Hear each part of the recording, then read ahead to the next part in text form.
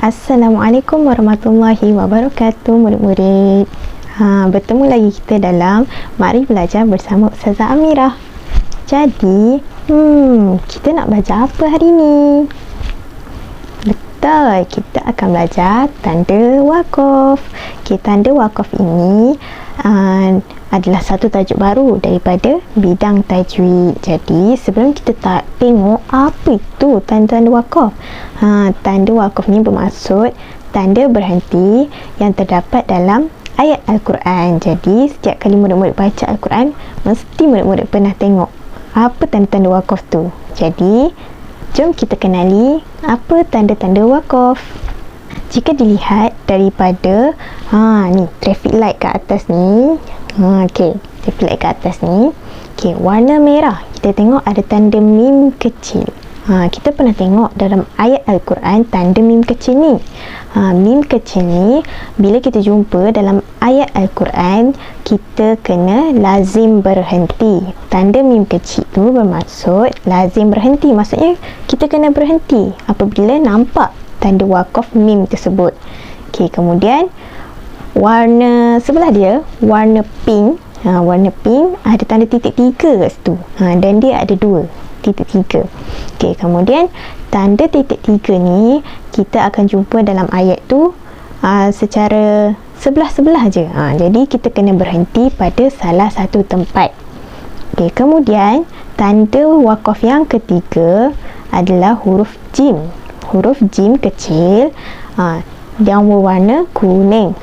Huruf jim kecil yang terdapat pada traffic light yang berwarna kuning bermaksud harus berhenti atau meneruskan bacaan. Maksudnya kita diberi pilihan sama ada untuk meneruskan bacaan atau memberhentikan bacaan pada sesuatu ayat tersebut. Kemudian tanda waqaf yang keempat adalah tanda qaf, la, qola. Warna oranye. Dalam traffic light tu kita nampak dia berwarna oranye. Jadi berwarna oranye tu tanda waqaf tu bermaksud lebih baik berhenti. Sangat afdal lah. Afdal ataupun lebih baik jika kita memberhentikan bacaan pada ayat Al-Quran tersebut. Kemudian tanda waqaf yang kelima, sola.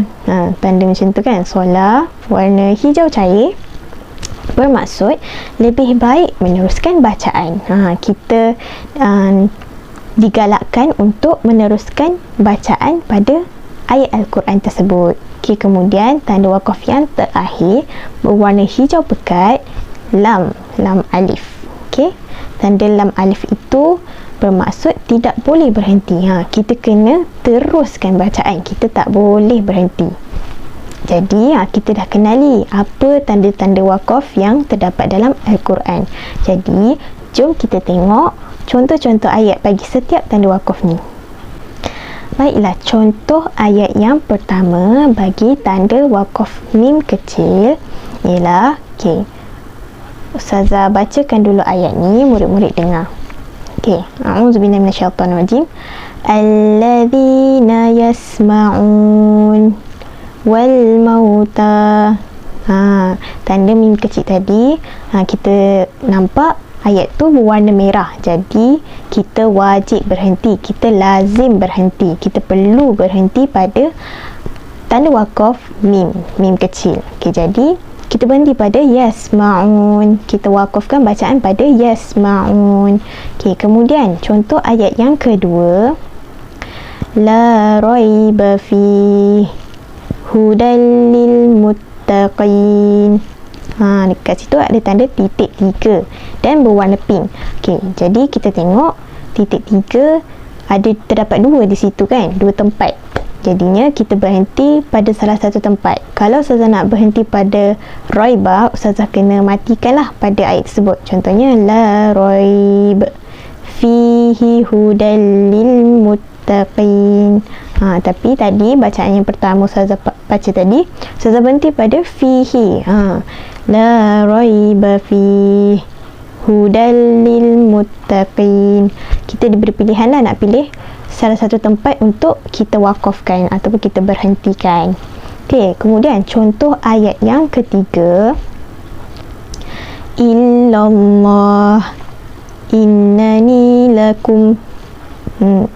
Illallah innani lakum. Kalau tanda jim tadi warna kuning, kita harus berhentikan atau meneruskan bacaan. Kita boleh pilih sama ada kita nak teruskan bacaan ataupun kita nak berhentikan bacaan pada tanda waqaf jim kecil. Baiklah, untuk contoh ayat yang keempat, minallah wallahu azizun hakim.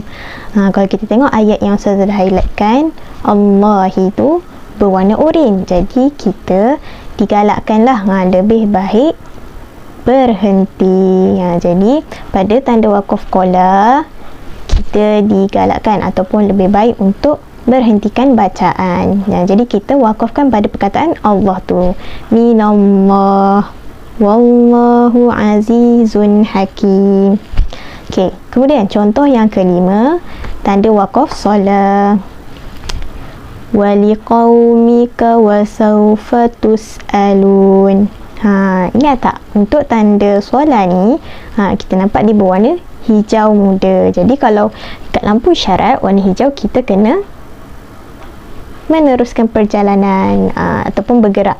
Jadi untuk jim, untuk tanda waqaf solat ni, kita lebih baik digalakkan untuk meneruskan bacaan.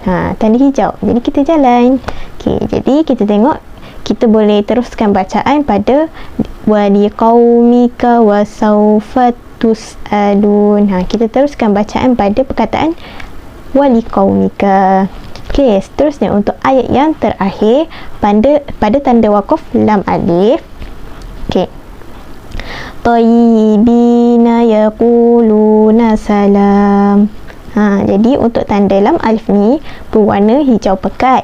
Jadi kita lazim meneruskan bacaan. Kita kena meneruskan bacaan lah. Kita tak boleh berhenti pada tanda waqaf yang berbentuk lam alif.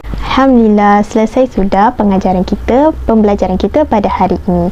Ustazah harapkan murid-murid dapat faham penggunaan tanda-tanda waqaf tadi. Jadi Ustazah harapkan murid-murid dapat amalkan apa yang murid-murid belajar hari ini ketika membaca Al-Quran. Sampai sini saja pembelajaran kita hari ini. Kita jumpa lagi di kelas yang akan datang. Assalamualaikum.